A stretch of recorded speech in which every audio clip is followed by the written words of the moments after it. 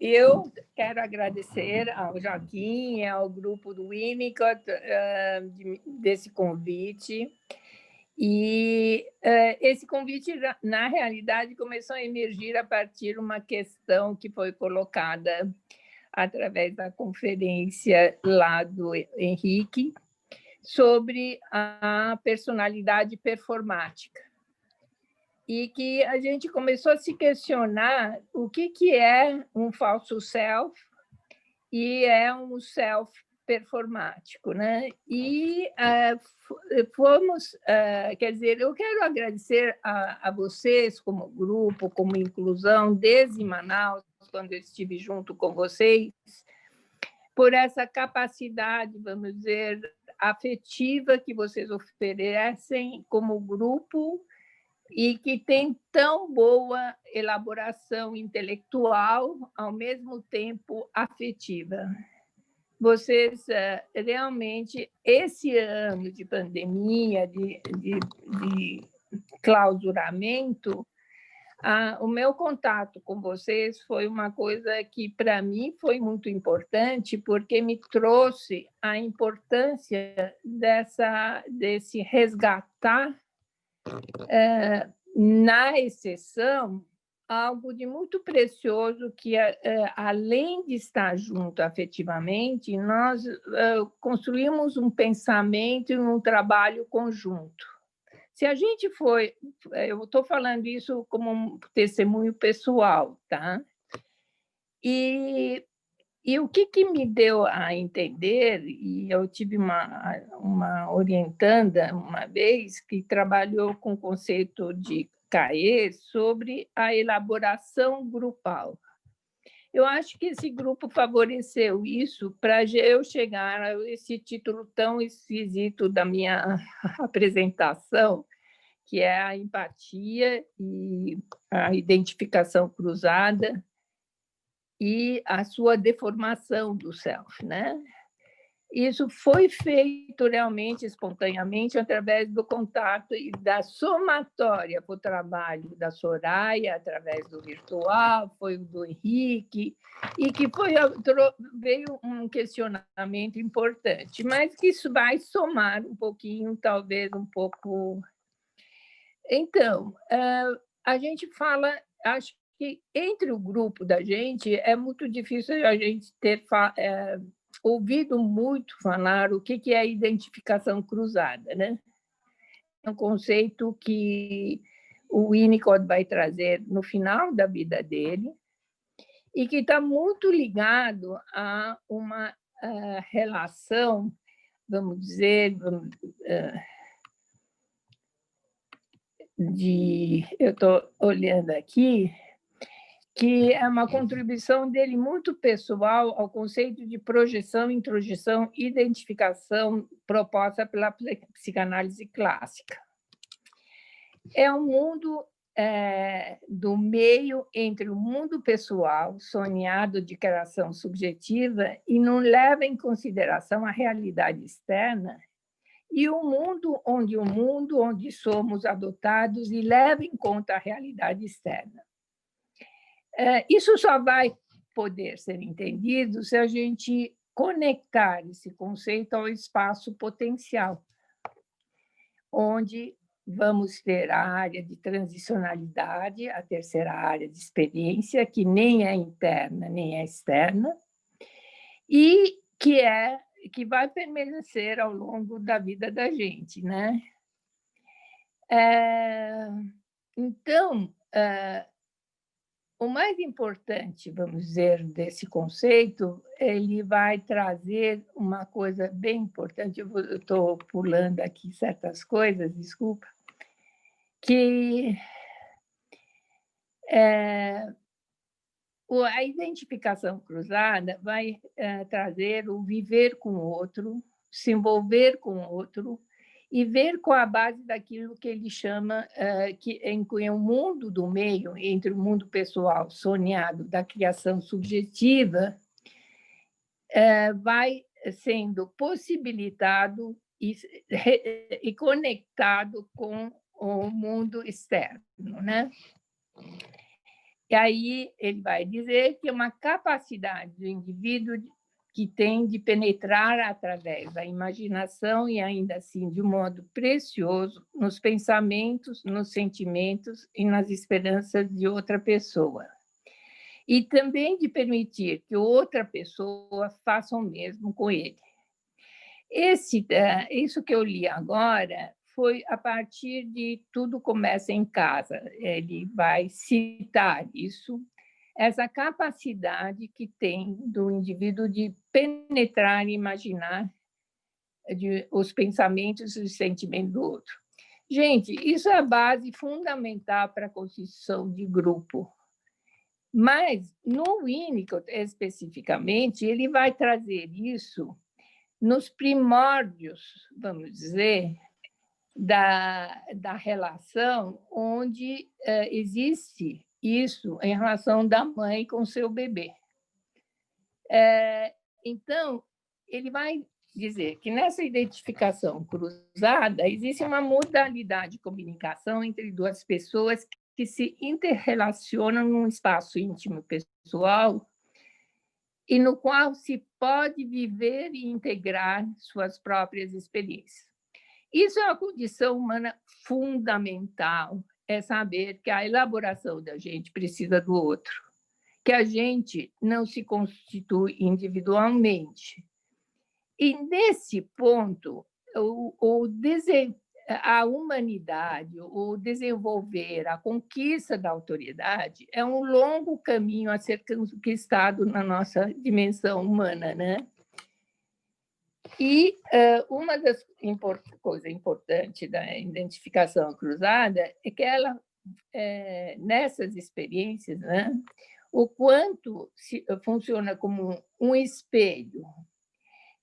Então, na identificação cruzada, ele chama isso também na função do analista, que ela não está restrita à tarefa só de refletir sentimentos ou vivências do outro.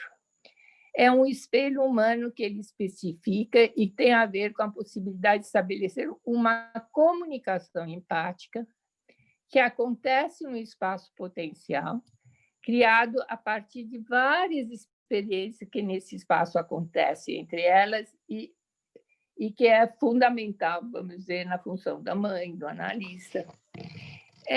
Esse espelhamento hoje talvez seja uma função assim muito importante dentro do mundo mais complicado, mais complexo e mais que tem várias demandas. Então, o que num grupo se espelha pode não ser aquilo que num outro grupo se espelha. E que talvez viver hoje, através das vários grupos e várias ideologias de grupo, o quanto isso é complexo e o quanto é difícil ser colocado, né? Mas por que eu estou falando dessa identificação cruzada? É que ela serve de uma base fundamental para, primeiro,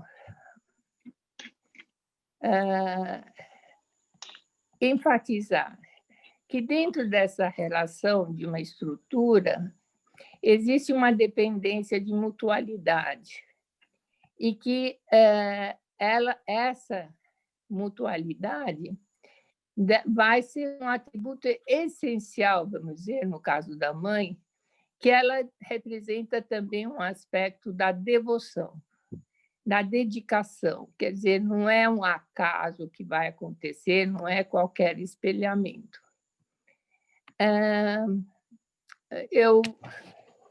Eu estou falando isso bem devagar, coisa assim, porque outros autores também tentaram falar dessa importância, mas acho que o Winnicott ele vai, no final da vida dele, vai chegar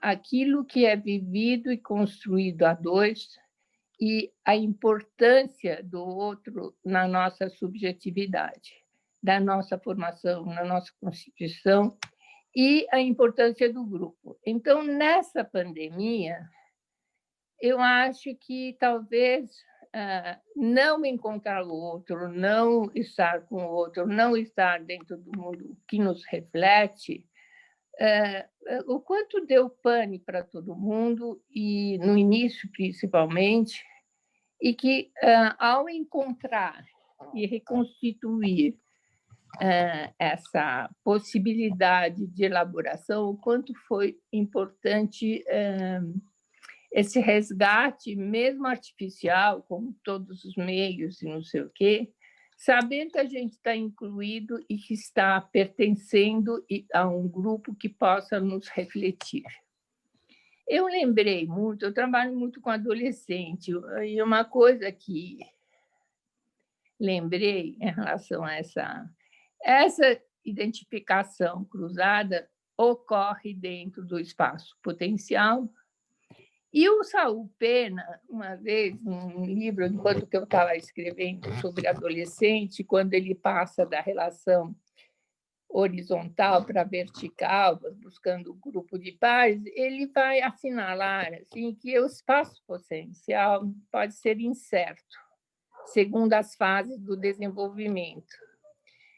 E ele pode mesmo ser destruído. Isso me assustou muito quando eu li, mas talvez no início da pandemia, assim que todos nós sentimos, né? E ele enfatiza que o espaço potencial é variável, uma vez que ele está localizado em um mundo de realidade compartilhada. E esse compartilhamento é vivo, ele é dinâmico. Então, e vai mudar de sujeito para sujeito. E ele vai dizer que a internalização do lugar do terceiro que cria a possibilidade de observação, simbolização de objeto ausente, do pensamento. Pensando nisso, foi aí que minha fala no início, o quanto esse grupo me serviu como um terceiro lugar que possibilitou uma observação, uma simbolização, e da pane e da solidão, o medo da gente não encontrar isso ou perder isso, onde o espaço potencial da gente se desmorona, né? E eu estava pensando nessas reflexões porque, de repente, isso vai levar. Então, esse espaço experiencial pode ser estendido para a experiência cultural, e onde o indivíduo começa a sonhar a vida externa, nesse terceiro espaço, a possibilidade de pensar o fora, que talvez hoje a gente dê uma recuada nesse espaço cultural, porque pensar o fora, tem muita gente que está com medo de voltar para o cotidiano, para o consultório, retomar a vida, né? Então, ele vai falar assim, que a experiência cultural de uma experiência do brincar e constitui um fundamento. Deixa eu pular o... Mas ele vai dizer que o processo cultural corresponde, na verdade, a uma expansão dos cercados, da barriga da mãe, do berço para o berço, do berço para o quarto, do quarto para a família, da família para o bairro, do bairro para a cidade, até o status de chegar ao cidadão do mundo, né? A cidadania. Eu pensei nisso muito, o quanto essas sucessivas migrações que a gente tem para chegar, vamos dizer, a ocupar um espaço, e o quanto que a gente carrega esse espaço potencial nesse processo, e ele vai dizendo o quanto essa expansão tem que ser, é um processo onde é importante a gente não perder, que o indivíduo não se perca a si mesmo, não perca em demasia sua espontaneidade, sua criatividade, ou seja, sem que ele perca o campo da ilusão no qual se sente criando e encontrando o mundo. Eu achei muito importante estender o espaço potencial a identificações cruzadas para a experiência cultural e as dimensões que a experiência cultural pode alcançar, porque a gente, acho que eu queria começar a discutir quando há, nesse processo, possibilidades onde o indivíduo se perde sua criatividade e ele perde sua invasão.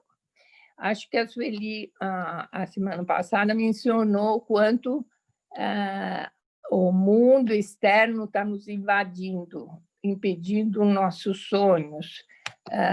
E eu acho que, de uma certa maneira, que filtros a gente tem para sustentar a nossa criatividade, nossa espontaneidade, esse continuar a ter como fonte vital o mundo a partir da gente mesmo.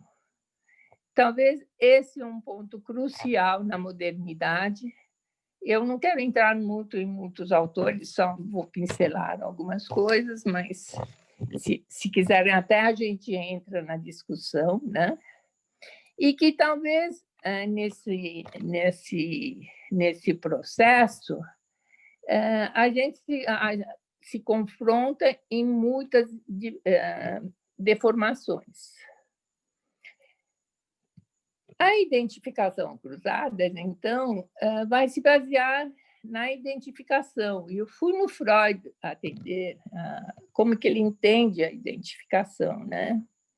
E ele vai dizer que vai ter 3 níveis de identificação: a primária, que é com os pais, a da transferência, que é aquela que você transfere o vínculo com os pais em relação ao meio. E uma terceira identificação é a identificação compartilhada, que vem da cultura, da experiência cultural, daquilo que é passado, daquilo que é veiculado, né?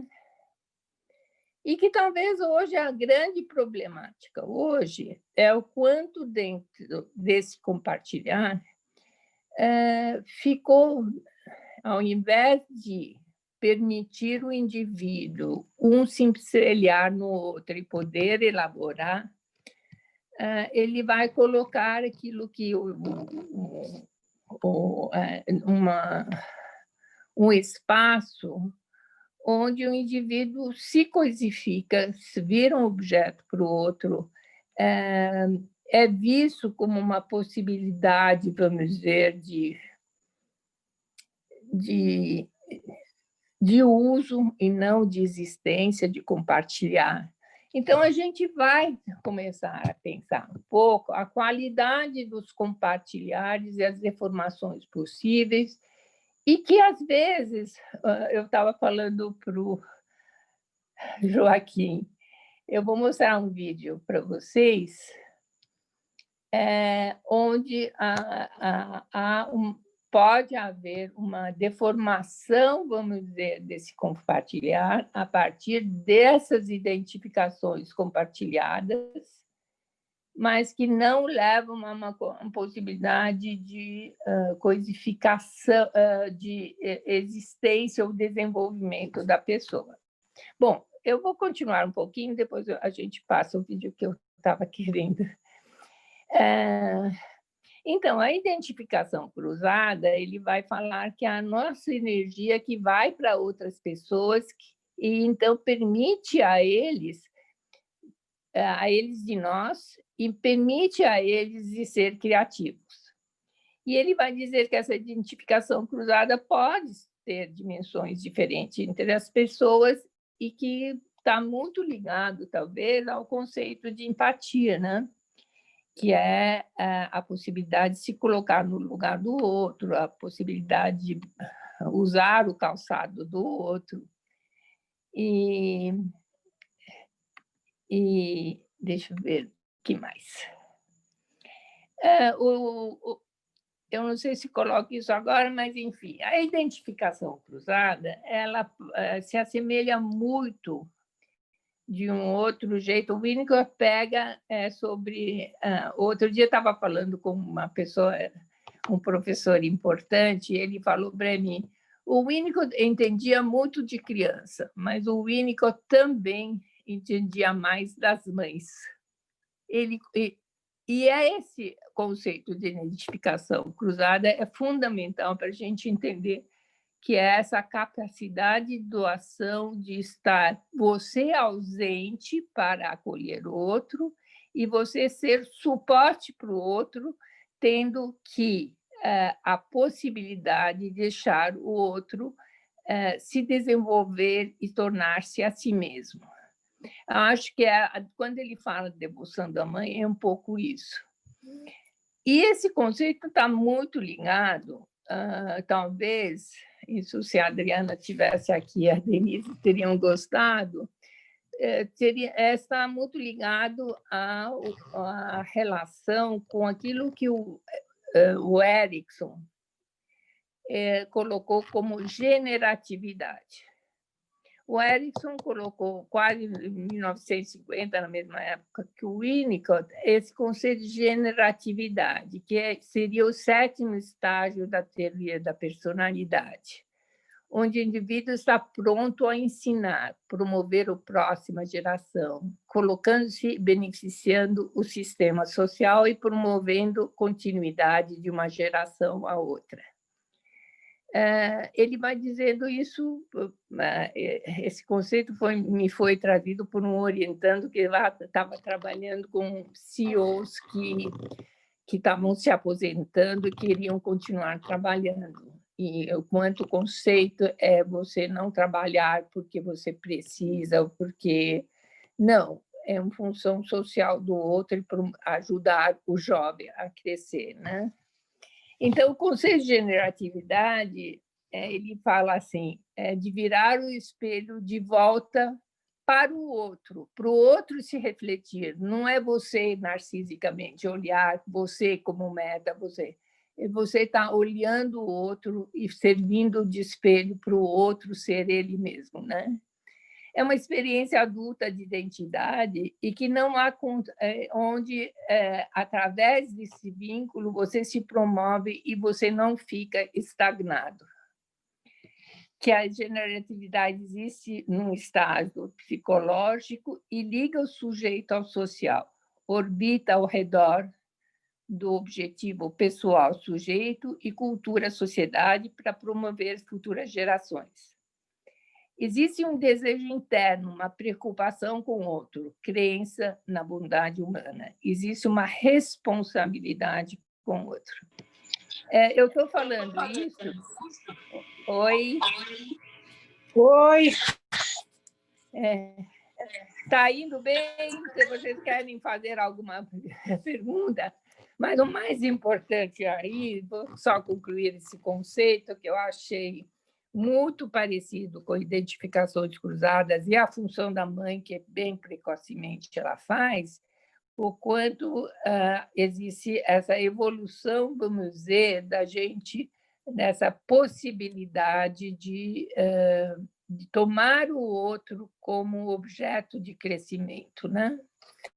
E ele fala que a demanda cultural por meio do desenvolvimento de expectativa para construir o desejo interno de um agestionamento de mortalidade simbólica. Quer dizer, o que ele vai terminar, que é bonito, né? Ele fala que permite perpetuar do mito pessoal na forma de dar origem a... e permite que o adulto defina a si mesmo, eu sou o que me sobrevive. Aquilo que vai me sobreviver, aquilo que o Freud fala, porque que a gente tem filhos, para eles têm aquele paradoxo de aceitar nossa mortalidade, mas saber que a gente vai prosseguir. Só que isso é passado um pouco para o social e não precisa ser restrito a filho, né? Nós, como professores também. Então, talvez esse sentimento, essas coisas, é fundamental, então, a noção de empatia, né?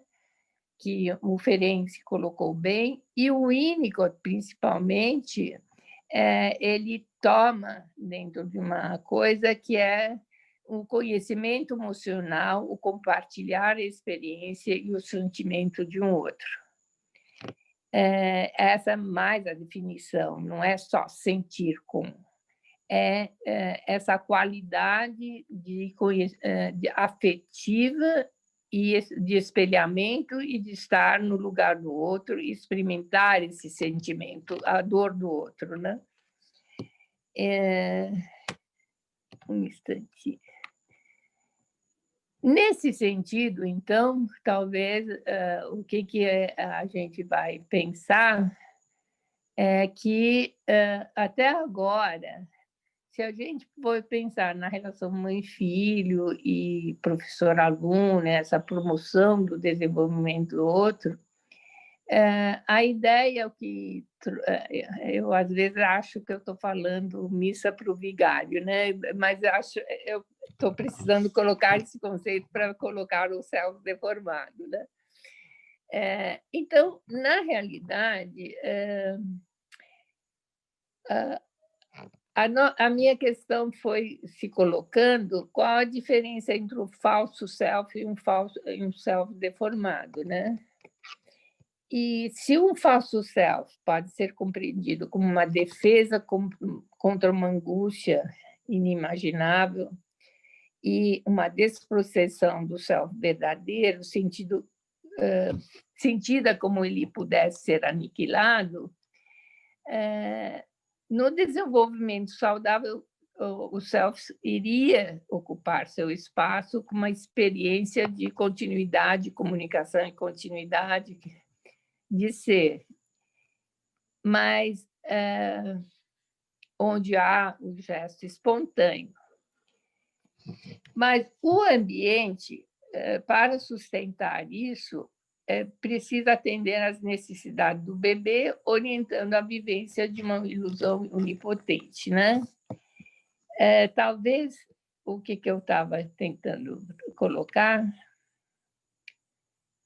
que quando o ambiente falha, então vem o falso self para proteger o verdadeiro self, que encontrando o ambiente facilitador, ele retoma o seu desenvolvimento. Até agora, isso para a gente é super claro, né? Mas parece que agora, na modernidade, nos últimos anos, nas vivências virtuais, nós temos, nesse caminho, temos observado na nossa clínica uma série de situações muito mais primitivas, muito mais difícil de contato, onde nem com o falso self, nem com o verdadeiro self, a gente está se confrontando. A gente está se confrontando com uma situação onde existe um palco, um indivíduo foi engolido a partir de um ideal de si, seja por um ideal de super-homem, super-eficiência, super-marido, super-mãe, e que, roubando para ele o viver e o construir e o compartilhar das coisas mais próximas, mais existenciais e preciosas que o rodeiam, né? Então, nos últimos anos, a gente tem percebido muito uma migração do pensamento econômico no sentido da economia mesmo. Vocês lembram que eu falei um pouco antes que a subjetividade, a identificação pode vir por um espaço compartilhado, aquilo que a gente compartilha e se institui como uma realidade de identificação. Então, o que a gente percebe, o quanto nossa constituição dentro desse processo de evolução nós temos observado dentro do nosso pensar, uma migração do pensamento econômico para a subjetividade. Então, existe um espaço aqui que está facilitando e agravando um espaço de plataformas, de performance. Isso vai provocando, ao invés do indivíduo se encontrar e se personalizar e se evoluir, ele vai provocar dor e despersonalização. Dor porque os ideais e aquilo que são compartilhados são fetiches, são coisas que realmente construídas para se tornar escravo delas e que pode cair numa dissociação do self. Ela vai ser o ponto central, vamos dizer, dessa dissociação e corre onde o indivíduo corre através de objetos e através de lugares que nunca vão ser um espaço para ele se apropriar da sua própria vivência. É um vazio. Quanto mais sucesso, às vezes, a pessoa tem, mais vazio sente, porque esse ideal de proposição, ela não o sonhou.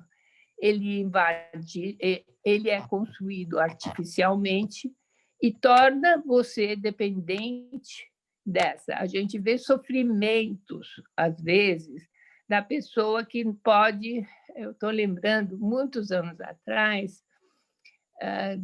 de uma funcionária que a filha dela queria uma Barbie. E ela trabalhou, fez de tudo para dar a Barbie. Mas a Barbie ficou tão objeto fetiche que ela ficava em cima do armário e a menina sabia que tinha uma Barbie, mas não era para brincar com a Barbie. Então, talvez eu estou falando do quanto os objetos e as coisas... Nós viramos numa sociedade de consumo dependentes de manipulações. Acho que vocês viram o dilema das redes, do quanto há uma construção sobre o qual o teu desejo não aparece. Ele aparece através dessa coisa, entre aspas, compartilhadas, mas que não tem artificialmente compartilhado, né? E manipulado. Então, podemos cair numa dissociação social que pode ser o ponto central e onde a gente vai correndo atrás da cenoura. E vai colocando uma terceira plataforma criada artificialmente que não vem a partir do encontro, na negociação do possível, da intermediação, do eu-mundo. Ela obscurece, eclipsa o eu-mundo. Talvez na pandemia a gente tenha essa esperança que, bom, o mundo parou, essa cidade deu uma recuada, vamos ver se as pessoas vão se reencontrar um pouco. Chegou um pouco, suspendeu-se talvez esse bombardeio em cima da gente, mas isso não vai mudar, que há uma migração do pensamento econômico de mais-valia, do quanto custa, do que... tanto que é muito engraçado que a gente... uma aluna me disse outro dia, o adolescente de hoje diz, se você não postou, não existiu. Você precisa do olhar do outro para saber que tua vivência existiu.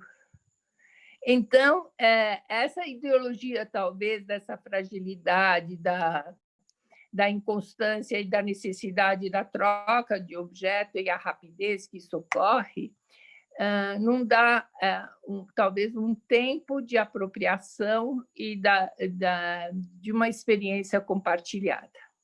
Bastou tê-la, você quer a próxima. E esse self se torna ele mesmo um material coisificado e esforça buscando uma própria atividade, quer dizer, ele vai para a ação. O Freud fala o ser a diferença entre ser e o fazer, a importância dessa apropriação do teu fazer que dá sentido para o teu ser. Isso, eu trabalho com orientação profissional, é o lema que a gente faz esse vínculo dessa articulação de uma relação entre um fazer e um sentido de ser, que ela tem sentido para você, e não uma coisa apenas funcional e repetitiva, mecânica, né? E isso, talvez, dentro de uma sociedade onde você vê um jovem vem e diz: tem lugar para mim? É essa a pergunta. Ele não quer saber o que ele gosta, o que ele não gosta, e você tem que ir atrás dele para dizer: bom, e você, o que você acha disso? Quer dizer, ele está mais preocupado em ser visto do que em saber ou sonhar o seu espaço, né? Então, talvez o ideal social, então, é sempre exigindo mais, parece que uma máquina de maior potência, né? E que desafia tudo a todos, que leva à exaustão e uma ruína da pessoa. Chega à exaustão, seja a uma forma onde o teu fazer, ao invés de você se constituir, ele te desapropria e vira uma relação mais mortífera, acho. Então, nesse self performático, há uma colagem, uma busca de se reconhecer e ser amado. Mas o esforço é o quanto encontrar esse valor de troca que talvez, na medida que ele é efêmero, não dá o verdadeiro valor para a pessoa, né? Eu estou falando isso porque nós somos... Será que a gente coloca o vídeo para eles, Joaquim? Você acha bom momento quando a gente fala do self-performance? O mais importante, antes do vídeo, é dizer, nesse compartilhar, nesse movimento, o que a gente está percebendo em muitos adolescentes, essa necessidade de ser vistos. E, no meio virtual, existe hoje uma certa patologia que o visto ele também é um sentido, vamos dizer, de existência, mas que também é uma existência para o outro, não para a gente mesmo. Então, agora, do lado dos pais, essa é mais importante, existe essa migração, então, do pensamento econômico, de quanto mais... e há um apoio, ao invés de fazer com que essas crianças se desenvolvam, eles ficarem mais capturados sobre uma plataforma, uma pseudo-existir, e que existe uma coisa fundamental que também tem ideia do apoio dos pais, porque há um retorno econômico, e é uma coisa séria, onde o próprio produto, a coisa mais preciosa que eles têm, fica uma coisa vendável. Não protegem a criança na sua intimidade. Isso é uma coisa assustadora e que as pessoas não têm muita consciência disso, né? Onde tem a questão da intimidade, há uma devoção desfocada para ser vendida, e há um risco hoje em dia. Eu ouvi uma frase muito chata outro dia. As crianças, os pais não têm mais, não querem mais crianças, eles querem pet. A criança como pet, uma criança como coisa, como, sabe, e não ajudá-la a se constituir. Eu Tem uma mini blogueira que eu acho ela uma graça, é bonitinha, afetivamente, ela chama atenção a nossa ternura.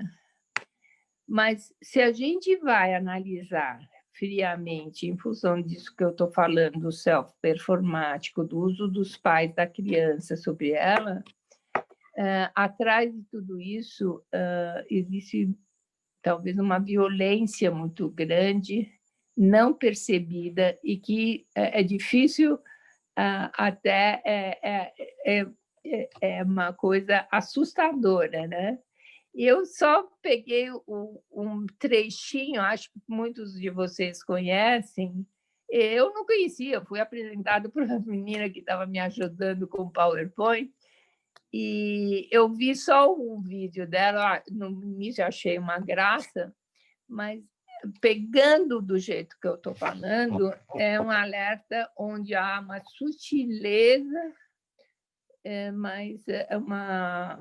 Como meio econômico, social, esses novos espaços podem ser perversos e fetichistas, e uma coisa que coloca em risco a nossa subjetividade.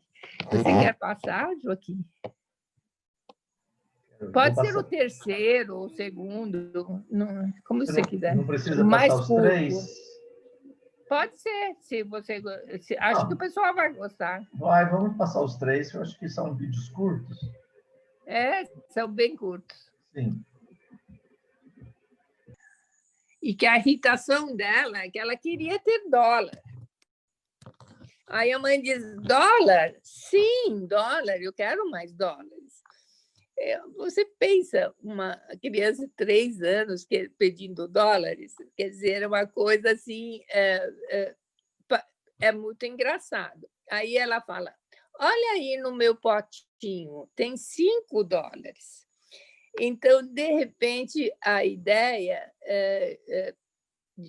você diz, esse discurso é bem atípico para uma criança. Só pode ocorrer se tiver um adulto atrás compartilhando isso e quase montando isso. Mas a menina é tão espontânea, tão bonitinha, que e ela diz assim, um terceiro vídeo, ela vai dizer, eu não sou fofoqueira, eu não sou disso, não. Eu sou aquela que dou notícia, não é notícia, lotícia. Então, pensando numa criança de 2, 3 anos, é muito interessante ver o quanto atrás, vamos dizer, desses vídeos existe toda uma produção, talvez, a menina é espontânea, mas existe alguma coisa de captura que o discurso não bate. De repente, você fica dizendo assim, uma hora que ela vai para as compras, dizer, olha que lindo e não sei o quê, é de uma adulta, não é de comportamento de criança, né? Então, eu tinha essa intenção de passar para vocês essa subjetividade que vai passando e que talvez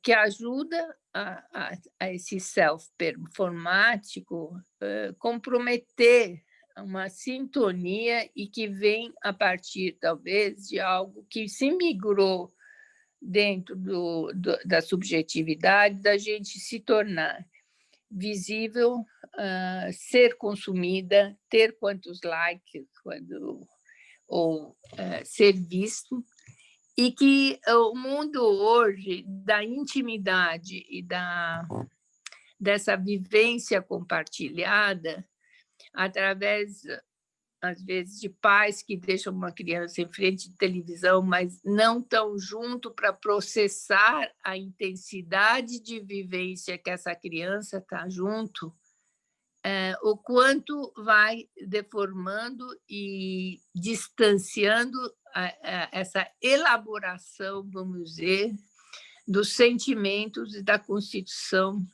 e da apropriação da vivência mesmo, né? Então, quanto o mundo Ivete, fica... só um minutinho. Eu passei os links para uma outra pessoa e ela vai tentar compartilhar, tá? Mas pode ir Ai, que falando. bom. A hora que der certo aqui, eu te aviso, tá? Tá bom, tá ótimo. Obrigada, Joaquim. Pode ir falando. Então, a minha questão não está fechada. Essa do self-deformado teria que ser aprofundado. Será que é apenas uma coisa compartilhada? Hoje, como é que vai ser, vamos dizer, na nossa clínica, como é difícil hoje ver essa identificação, essa empatia e o esforço que a gente tem que ter em certos momentos. E eu dou uma aula na pós sobre narcisismo e sociedade. O quanto sempre a gente passou por uma geração de narcisismo, da gente discutir o narcisismo, e cada vez mais eu observo que ainda narcisismo é melhor do que esse autismo que hoje a gente está passando. A gente está chegando num ponto onde está difícil essas identificações cruzadas, esse sentimento do nós, me sentir pertencendo. A pessoa passa pelas experiências e que o quanto, então, dentro da análise, esse resgate é super importante e o quanto é vital essa nossa persistência para encontrar o sujeito, né? Quer dizer, eu acho que muitas vezes no início demora bastante até a gente encontrar esse canal de vivências cruzadas. Eu vi você sorrir, né? Vês? O seu sorriso é tão lindo. Ó, filha, você acha? É. E o seu aqui é. Esse estava no final, né? Mamãe, por que você tá com essa cara de triste? Qual é a cara que eu tô de triste? Assim. Tô não, filho. Então tá tudo bem. Mamãe, você tem que acreditar no seu sonho. Tenho? Mãe, eu vi você sorrir, né? Vês? O seu sorriso é tão lindo. Ó, filha, você acha? É. E o seu aqui é.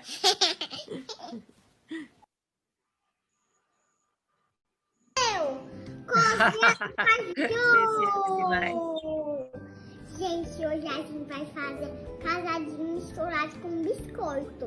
Gente, anota aí, bem legal. 200 gramas de manteiga. Vamos lá! Eu vou primeiro botar manteiga. Gente, tô colocando aqui. Soltei porque deu um tempo errado. Mas vamos pedir a colher pra produção. Produção, já pega uma colher pra mim, por favor. Anota aí, 6 gramas de açúcar. Gente, vamos colocar? Uau, que tanto açúcar, né, gente?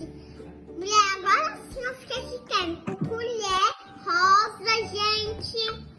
300 gramas de farinha.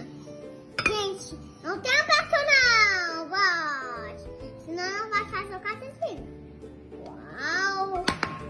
Depois eu lavo. Você tá pensando que é moleza? Botar a mão na massa. Relaxante. Depois eu lavo. O ponto é esse. E as bolinhas a gente faz. Gente, e aí a gente bota o doce no meio. Pode ficar dourado, mas tudo bem. E aí a gente fez com outra bolinha. E ela ficou igual dos outros. Olha, Gente, vamos pausar aqui para minha água ser grande.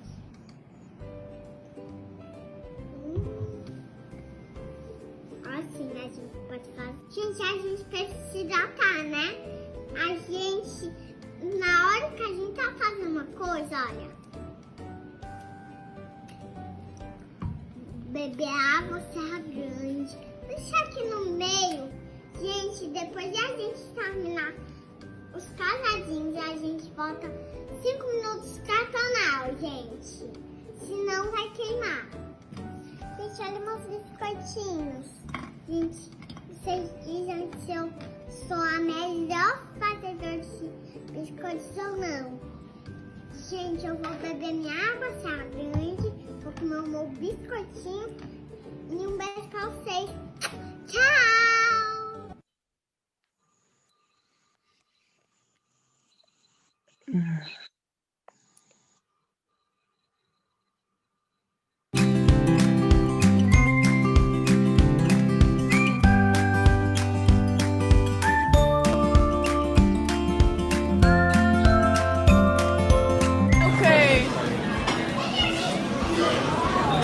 Cuscuz. Filha, aqui não tem cuscuz, filha. Tu quer o quê? É cuscuz.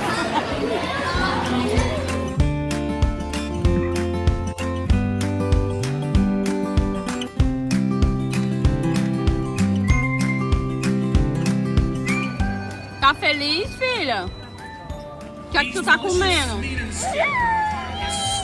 Cuscuz? Na Disney? É?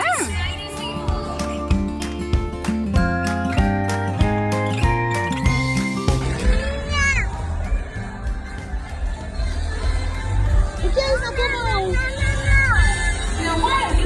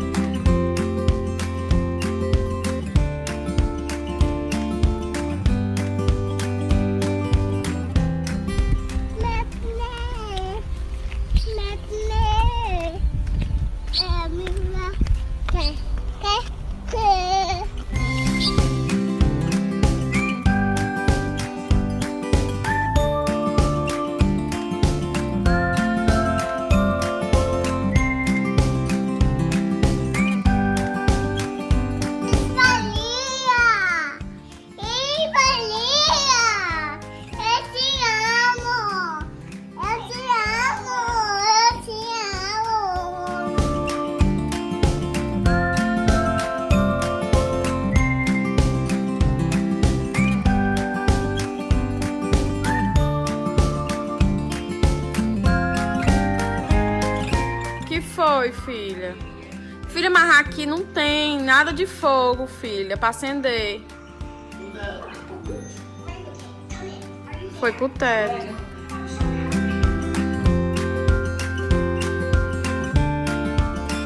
Tantos controles. Beijo.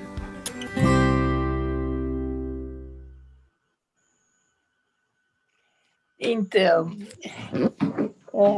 talvez esse self-performático para ser feliz, sucesso de colagem, objeto do consumo do outro, vai, consequentemente, dar um distanciamento de si e sobressai a moldura, um ato calculado e sua subjetividade fica no raso. É uma encenação, é uma plateia que se vê a si mesma. Alguns objetos não se integram no ego. Aqui o self-performático, então, na diferença do falso self, é que esses objetos que ela está trazendo são estranhos, né? E eles não são para serem integrados, eles são incorporados no self e não tem a ver nada com o self. Eles submetem o self a uma certa dinâmica. E esse é o ponto crucial hoje em nossa sociedade de consumo. Ela cobra valores que nos levam a uma deformação no espaço potencial. Então, não é só, a gente vai dizer, é o espelho que deforma, é o espelho que não, ao invés de nos fazer alcançar a nós mesmos, eu imagino a Juju daqui a alguns anos como vai ser.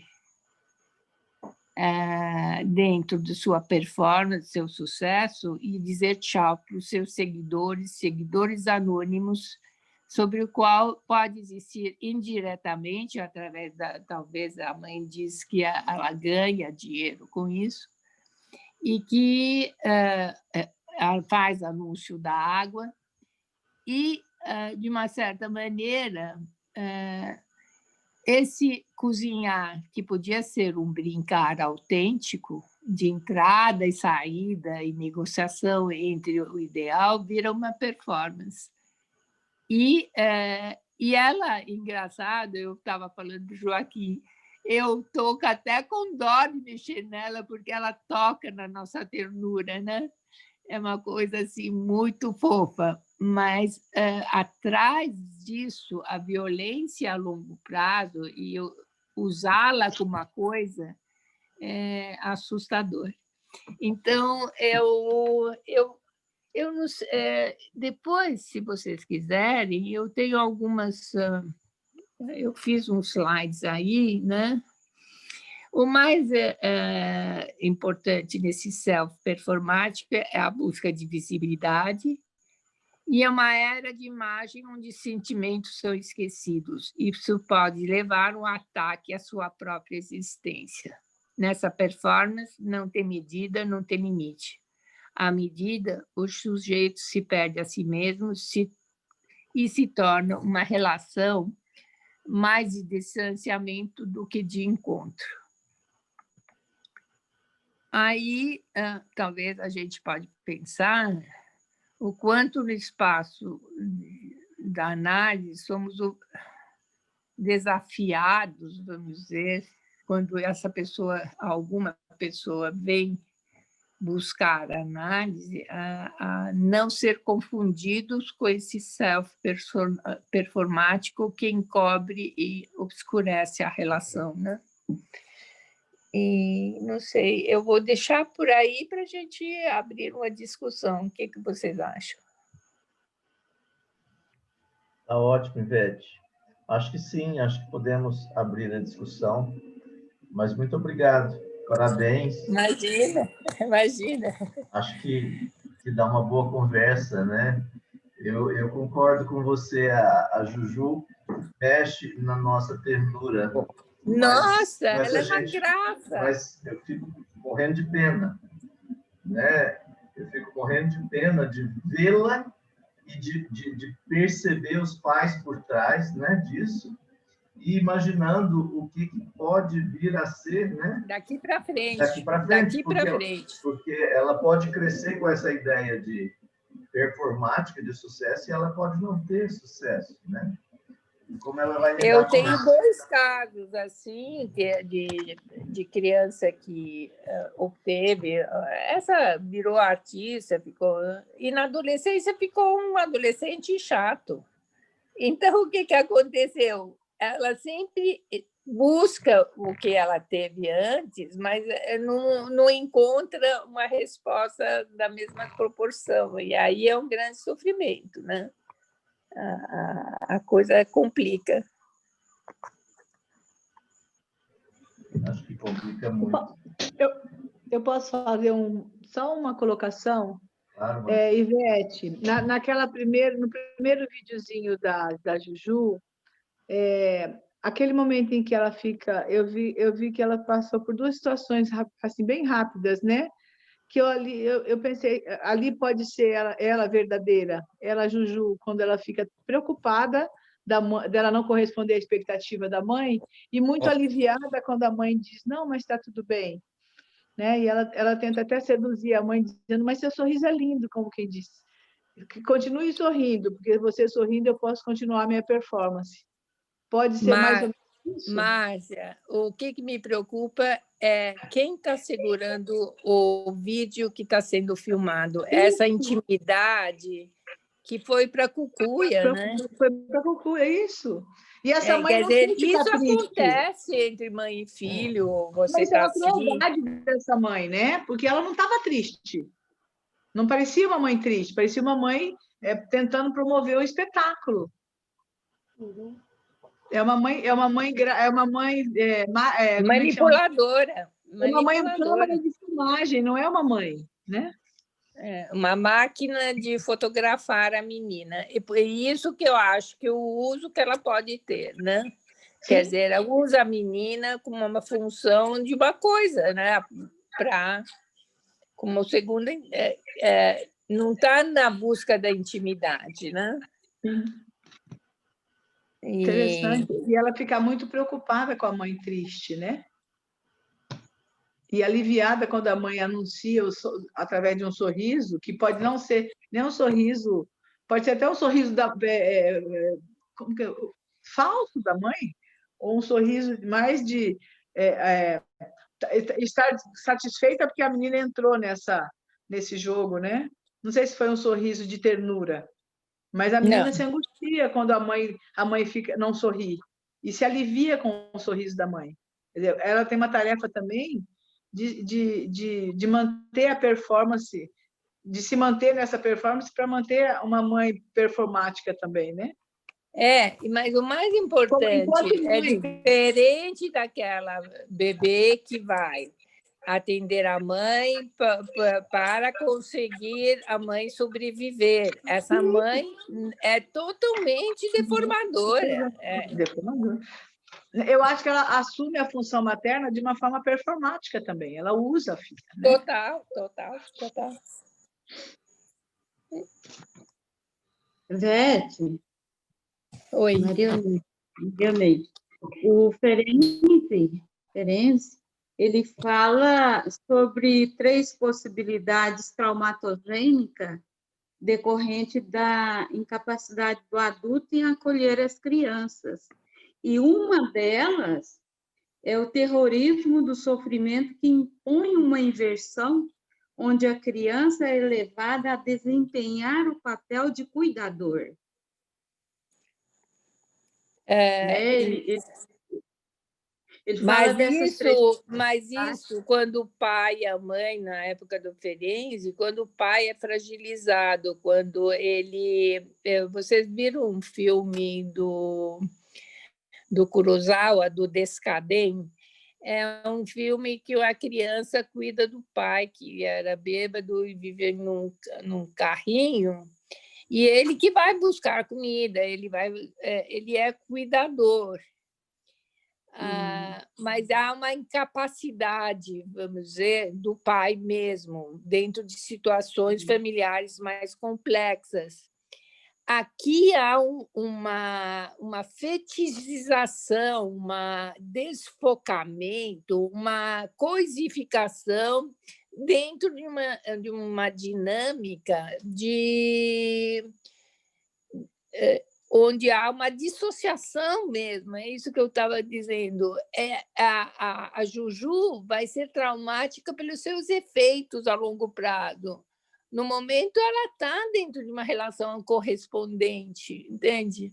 Só que, ao invés de se constituir, ela vai ficar nessa plataforma de visibilidade e dizer tchau, seguidores, que é a criança de 3 anos que diz tchau de seguidores, gente. Ela tem um linguajar super sofisticado para uma criança de 3 anos.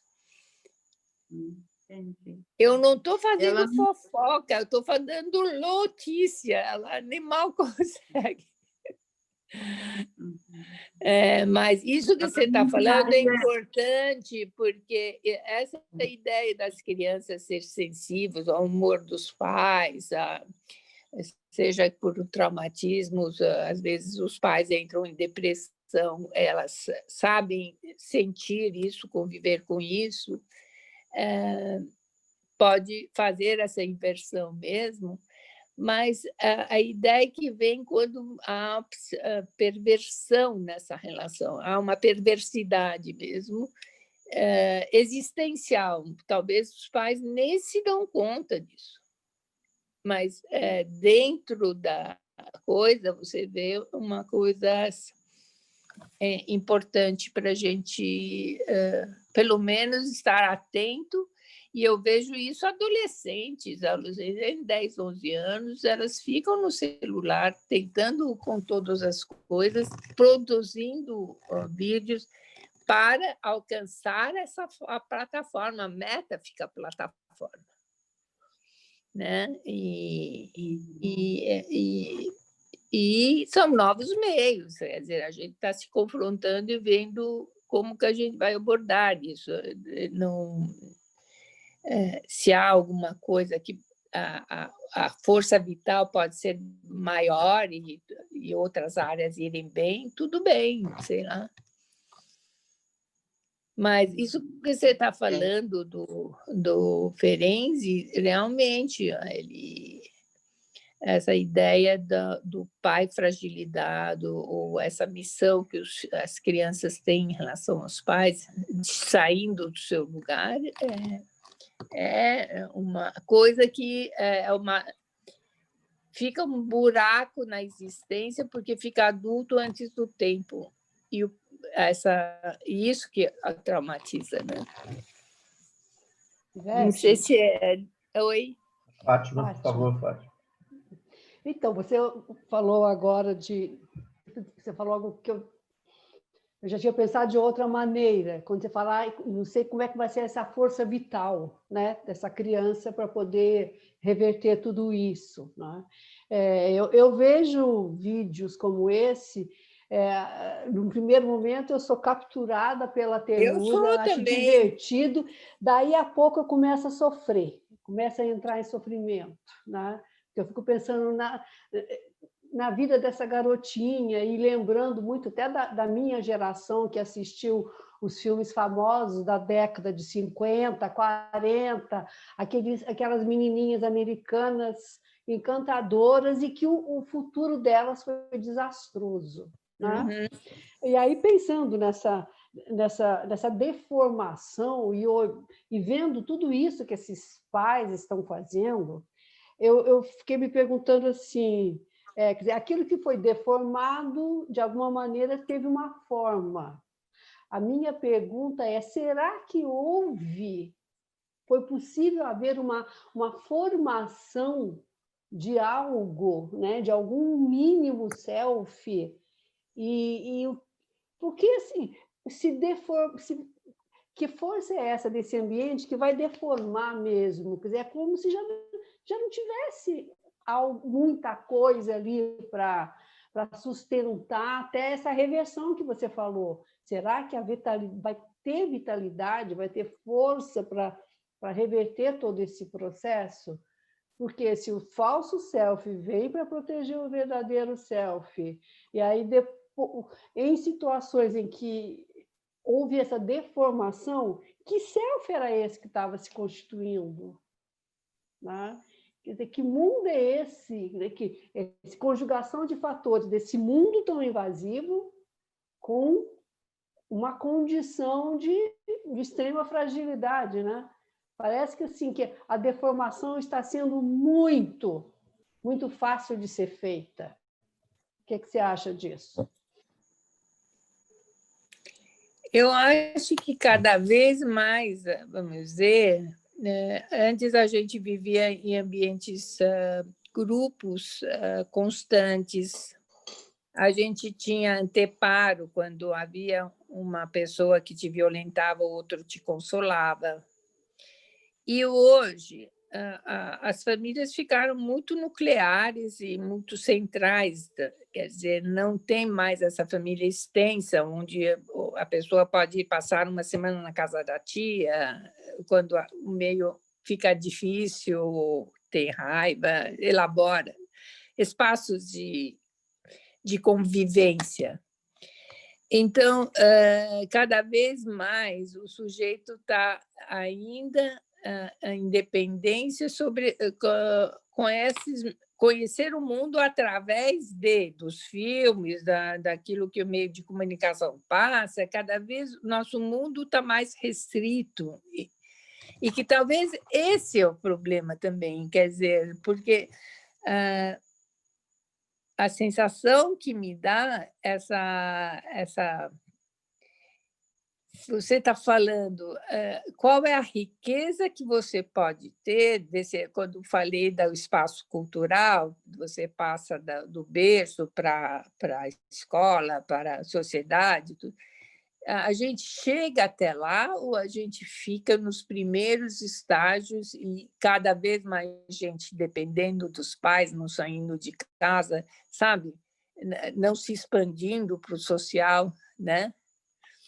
Eu estou pensando nessas adolescências mais prolongadas, quer dizer, o quanto essa transição, vamos dizer, de expansão, talvez fica restrita a meios muito restritos. Não sei se estou te dizendo, né? E que dentro de uma situação de análise que você vê a pessoa muitas vezes se expandindo, resgatando, se questionando, quer dizer, vai chegar uma hora que aparece alguma coisa para o pessoal ir se cuidar, né? Agora, a gente acha que a dimensão humana de adaptação, de criatividade sempre vai ter, até na patologia. Quer dizer, agora, a gente está falando como há espaços e ideologias de deformação hoje na nossa contemporaneidade e o quanto isso vai sendo normatizado, banalizado, sabe? Achando que é sucesso, né? E que talvez temos que refletir, recuar um pouco, né? Pelo menos na clínica, nessa escuta nossa, o quanto a gente tem que não desmontar, talvez, essa aderência ou esse espaço, sabe, internalizado, mas coisificado, né? Não sei se te respondi, mas a sensação que me vem é um pouco isso, mas chama bastante a atenção, né? Novas formas e novos espaços e como resgatar um círculo benigno, né? Que nem o Winnicott fala, esse espaço benigno. Eu fiquei pensando... Como disse a senhoria semana passada, precisamos manter a esperança, né? E trabalhar muito, trabalhar muito. Eu acho que talvez ou restituir a esperança dentro da nossa clínica para o nosso paciente. Restituir que ele tem força, que ele pode desejar a partir dele, sabe? Essa riqueza interna, sabe? Oi? Eu fiz uma associação com um conceito historiográfico que muito discutido pelo Philippe Herrier e pela Elisabeth Badinter, que é a questão da invenção da infância. A infância ter sido inventada na modernidade e uma longa história social de invisibilidade de uso da criança, só percebida como valor por ser um futuro adulto. Então, em alguns aspectos, e tem várias pesquisas que mostram que a força econômica, a força de compra numa família hoje vem muito da infância, que as crianças são muito influenciadoras nesse mercado, né? Então, são grandes consumidores. Sim. Então, o quanto nós estamos negando as características, né, da criança, o quanto nós estamos inscrevendo as crianças precocemente no mundo adulto, num mundo de consumo, num mundo imagético, e aí retrocedendo historicamente, voltando lá num período de inexistência da infância como um tempo muito diferente do tempo adulto, com características psíquicas, não é? Em vários campos muito distintos do adulto. Então, eu penso que nós estamos desvalorizando a infância como um período muito distinto da vida, que implica em experiências diferentes das do adulto e que precisam ser vividas para eu poder chegar à adultez. Então, eu viver a infância com plenitude para eu poder viver as outras fases também com mais inteireza. Então, e como nós, reféns, eu diria assim, de uma economia voraz, né? Colocamos as crianças nesse interjogo aí e fazemos uso delas, negando a infância. É algo que eu discuto muito na universidade com os meus alunos e é algo que eu vejo crescendo muito, infelizmente. Eles até têm um discurso de como a infância é importante, mas eles são capazes de curtir certos vídeos que desqualificam a infância, que coloca a criança como adulta em miniatura, né? Lá do século XVIII, XIX, XVII. Então, e como a gente precisa rever essas questões, né? Em todos os campos, inclusive, fundamentalmente, o psi. Você está falando uma coisa interessante, né? É como se a gente voltasse para o século XVIII achando que a criança é adulta. E a gente evoluiu, e o quanto a gente está evoluindo agora em função desse pensamento, desse deslizamento que a gente não percebe, que vai dominando a subjetividade, né? E depois, como a gente, o quanto é importante tudo isso, né? Quer dizer, você está falando isso, eu já vi mães vestindo bebezinhos de preto, porque é a moda, entendeu? Está na moda. E você olha aquele bebê, por isso que eu falei, ele deixou de ser o bebê, ele ficou a boneca da mãe ou uma coisa que ela tem que investir nele como projeção dela, né? E A Barbie agora, que fica em na cima realidade, do móvel, eu estou né? levantando isso em níveis... no mundo do trabalho está acontecendo essa ideia da migração do pensamento econômico na subjetividade. No caso, apareceu a Juju, mas você pega na adolescência, você pega no mundo do trabalho, cada vez mais a relação é funcional, é coisificada, é de consumo, é descartável. Quer dizer, onde não se constitui tanto a história da relação e da mutualidade. Então, você falou uma coisa super importante, realmente, resgate do espaço para o indivíduo, ele, a partir de se constituir e que suporte e que espaço de suporte o social está dando, seja a partir dos pais, da sociedade, dos outros espaços, né? Eu fiquei pensando naquele momento do balão que ela solta, e que no vídeo a mãe disse: nem sempre a vida da Juju é uma maravilha, né? Naquele momento, eu acho que é o único momento que ela era de verdade a Juju, né? Que ela estava na festa de aniversário dela, queria que acendesse a velhinha, ou ela solta o balão, né? Então, aquele momento era a Juju, né? Vamos dizer. Os outros momentos era quem a mãe desejava que ela fosse, né?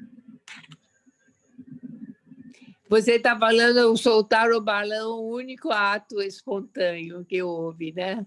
Onde ela pôde manifestar a raiva de não ter as velas acesas. Isso. Ela falou,